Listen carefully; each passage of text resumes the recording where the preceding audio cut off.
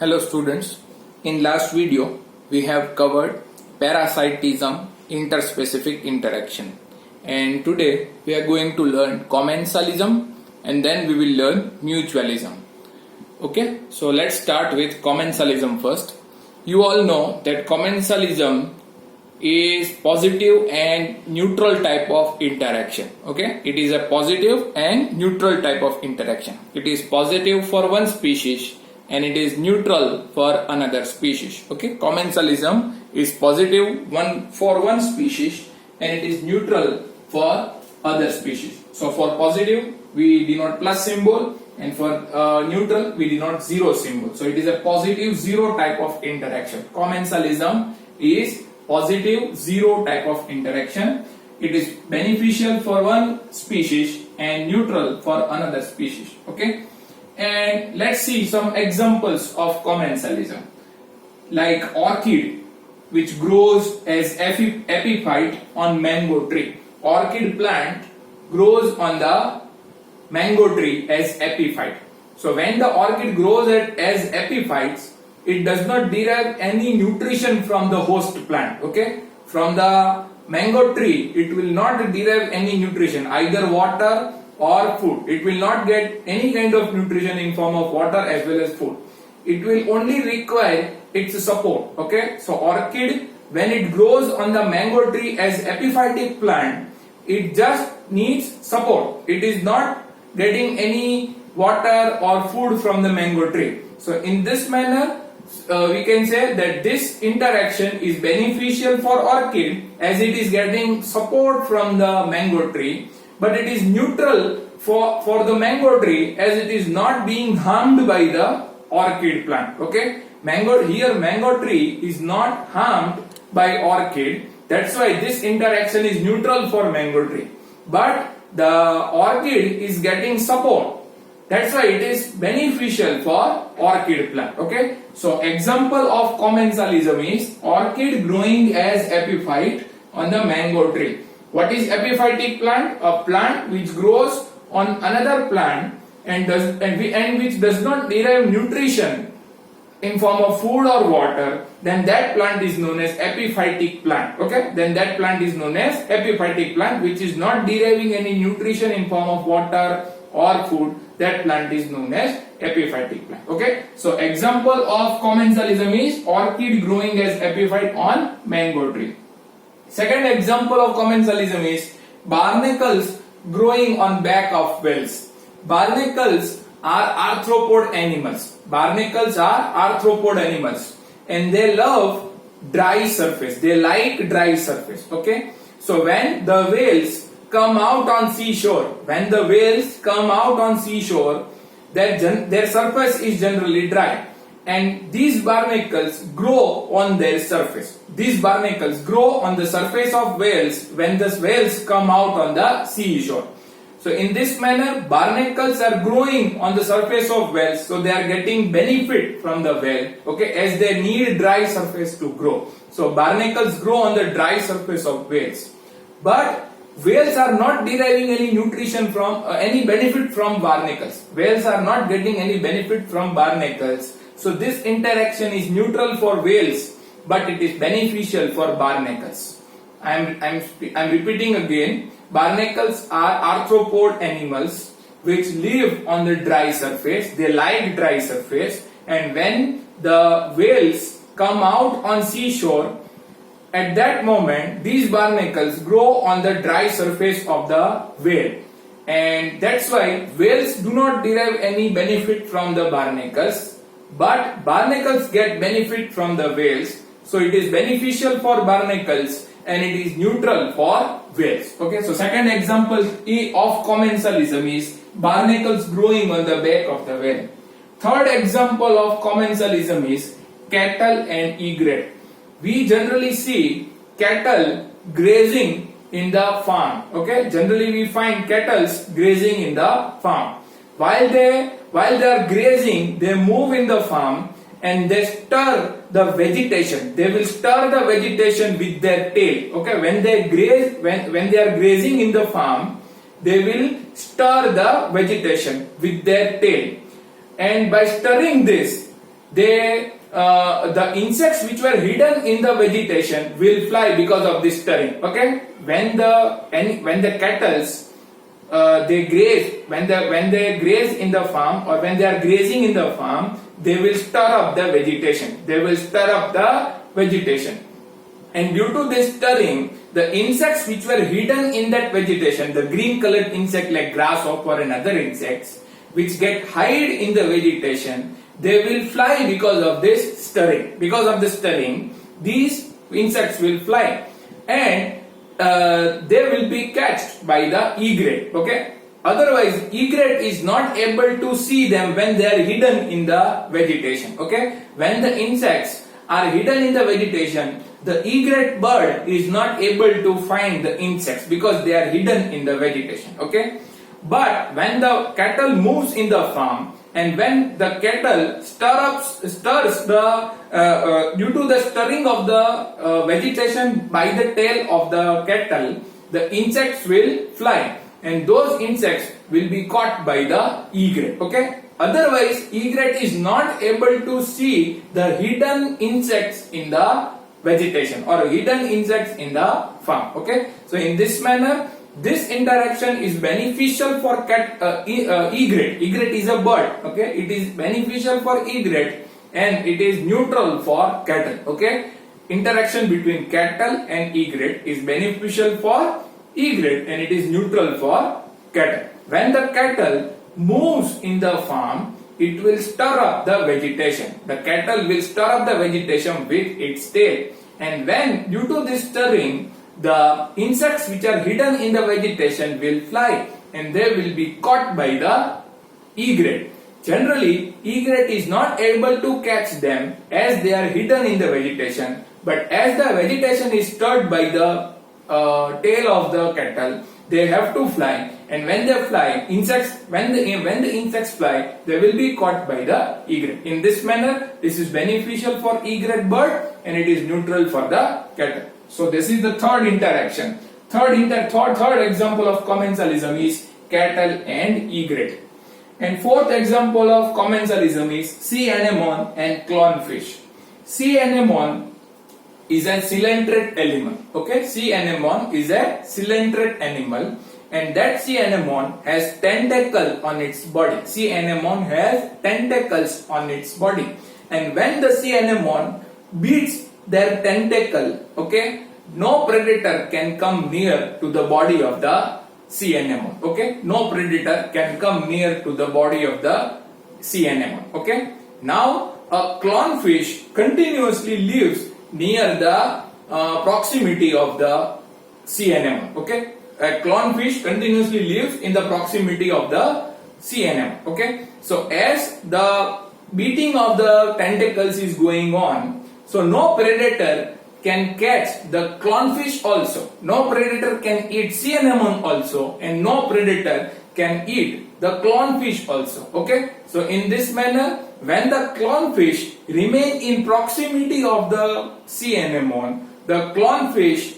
are protected from the predators. The clownfish are protected from the predators. But here also, the sea anemone is not getting any benefit from the clownfish. Here also, sea anemone is not getting any benefit from the clownfish. So this interaction also is beneficial for clownfish, but it is neutral for the sea anemone. This interaction is beneficial for clownfish. As the clownfish continuously move in proximity of the sea anemone, it gets protected because of the beating of the sea anemone. Okay, because sea anemone has tentacles, and these tentacles continuously move, and whenever any predator comes to eat the clownfish, they will get protected. Clownfish will get protected, or that tentacle will beat the predator. In this manner, the clownfish will get protected. But the sea anemone is not getting any benefit from the clownfish, so it is neutral for sea anemone, but it is beneficial for clownfish. Okay, so fourth example of commensalism is sea anemone and clownfish. Fourth example of commensalism is sea anemone and clownfish. So this is all about commensalism. What is commensalism? Interspecific interaction which is beneficial for one organism and neutral for another is known as commensalism. Examples of commensalism are orchid plant growing as epiphyte on mango tree. Orchid is not getting any nutrition from the mango tree, it just needs support, and that's why it grows on the mango tree. And mango tree is also not getting any benefit from the orchid plant. So it is beneficial for orchid and neutral for the mango tree. Okay. Then second example is barnacles growing on the dry surface of the whales. Whales are not getting any benefit from the barnacles, but barnacles easily grow on the dry surface of the whale, and that's why it is beneficial for barnacle and neutral for the whales.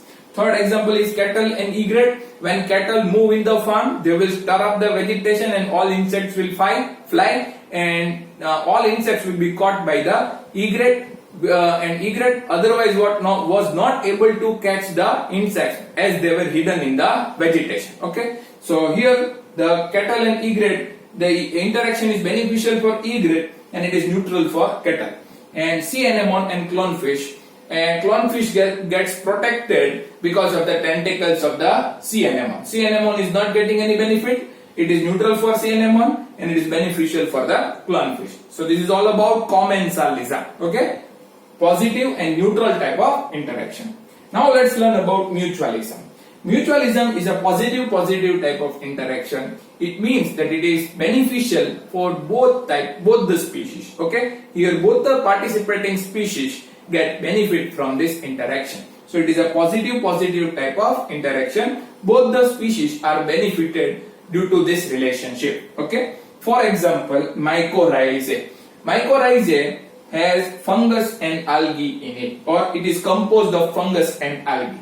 Both fungus and algae participate with each other and they form mycorrhizae. Okay, sorry, we have to write about lichen here, not mycorrhizae. We have to write lichen. Okay, mycorrhizae is something different.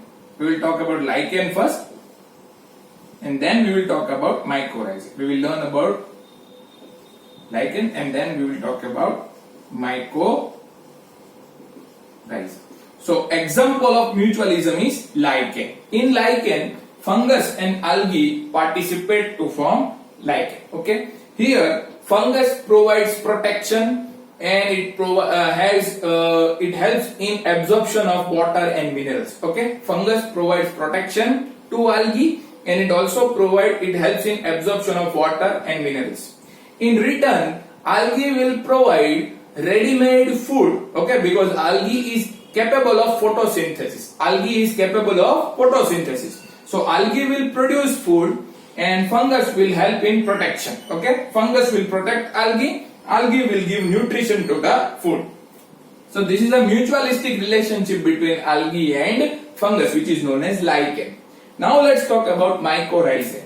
This relationship develops between roots of higher plants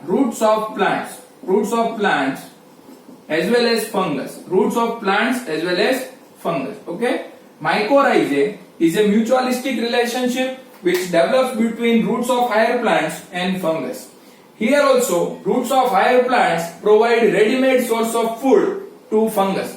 Roots of higher plants provide ready-made source of food to the fungus. In return, fungus will give water and minerals to the roots of plants. Okay, or fungus will help in absorption of water and minerals. So this is a mutualistic relationship between roots of plants and fungus. The fungus will get ready-made food and it will provide increased surface area for water and minerals in return. Okay, so this is the relationship between roots of higher plants and fungus, which is known as mycorrhizae. Okay, so what we are learning mutualism, and we say that mutualism is beneficial for both the participating species. It is positive for both the participating species. And then we gave two examples of mutualism. One is lichen and another is mycorrhizae. In lichen, we said that it is a mutualistic relationship between algae and fungus. Fungus helps in absorption of water and minerals, and it gives protection to algae. Whereas algae gives ready-made food as it is capable of photosynthesis. And now, then second example that we gave is mycorrhizae. Mycorrhizae is a mutualistic relationship between roots of plants and fungus. Here fungus helps in increasing water absorption and mineral absorption, as it provides increased surface area for water and mineral absorption. But root of plants will provide ready-made source of food to the fungus. So in this manner, it is a mutualistic relationship between roots of plants and fungus, which is known as mycorrhiza. Now let's talk about third type of mutualistic relationship, that is relationship between plant and animal. Plant and animals. Plants are pollinated by animals. Plants are pollinated by animals. So here plants are pollinated. So in this manner they get benefit of pollination. Plants are pollinated by animals. In this manner plants get benefit of pollination. In return they will provide edible pollen to the animals. Plants will give edible pollen to the animals. And sometimes the flower of the plants also provide site of egg laying. Sometimes flower of the plant provide site of egg laying to the animal. Okay, so in this manner animals get edible pollen. Okay, they get food and they also get site of egg laying. So animals get two benefits from this relationship. They get ready-made food in form of edible pollen and they get site of egg laying. Okay, whereas plants get benefit of pollination. So third example of mutualism is plant and animal relationship. Third example of mutualism is plant and animal relationship. And sometimes this relationship is so intense.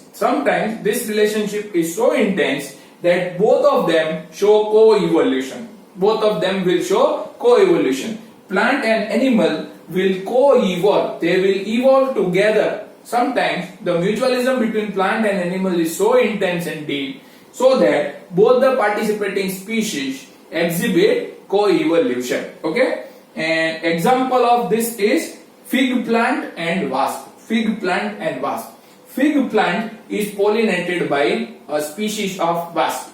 Fig plant is pollinated by wasp species. So fig plants will get pollinated. But in return, they provide edible pollen to the wasp.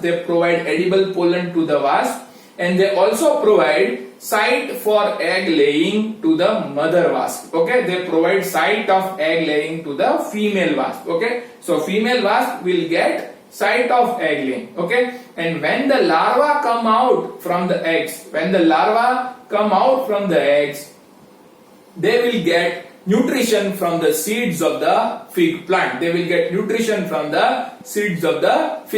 in this manner they get nutrition also. Larva will also get nutrition. Okay, so fig plant is pollinated by wasp. So here the fig plant has benefit of pollination, or fig plant has benefit of being pollinated, and wasp get sites of egg laying, as well as it gets edible pollen, as well as it gets seed to nourish its larvae. It gets seed for nourishment of the larvae. Okay, so this is an example of plant-animal relationship. They do not show co-evolution. And fig plant is always pollinated by wasp only. It is not pollinated by other animal. Fig plant is pollinated by wasp only. So this is a single mutualistic relationship. Chalo. Let's talk about Mediterranean orchid. It grows in the Mediterranean region. So it is known as Mediterranean orchid, and its name is Ophrys. So Ophrys is a species of orchid. Which grows in the Mediterranean region. And generally this Ophrys orchid attracts the pollinator by sexual decide. Okay, it attracts the pollinator by sexual decide. And the pollinator of Ophrys are bees and bumblebees. And this Ophrys will attract its pollinator by a sexual decide. Okay, so what happens in this mechanism, or what happens in this sexual decide mechanism? One of the petals of the flower of the Ophrys, it has 4 petals. The flower of the Ophrys has 4 petals. Out of them, one petal will get the shape and size and color, shape, size and color of the bumblebee, female bumblebee, okay, or it will become like female bumblebee. The flower of the ophrys has 4 petals, but one of the petal will become like female bumblebee in shape, color and size, okay. One of the petal of the ophrys will become like female bumblebee in terms of color, size and shape, okay. So one petal of the flower is similar in shape and size as well as color with the female bumblebee. So what will happen, that the male bumblebee or male bee will get attracted towards the flower. Male bumblebee will get attracted towards the flower. It will feel that the female bee is situated on the flower or it is sitting on the flower.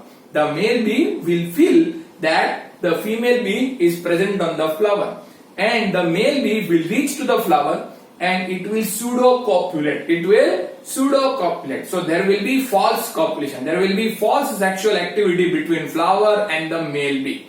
Actual female bee is not there, but the petal is resembling female. Petal is resembling the female, so that the male bee will feel that the female is present on the flower and it will try to reach there. It will reach also, and there it will pseudo-copulate. What is the meaning of pseudo-copulate? False reproduction or false sexual activity. It is known as pseudo-copulation.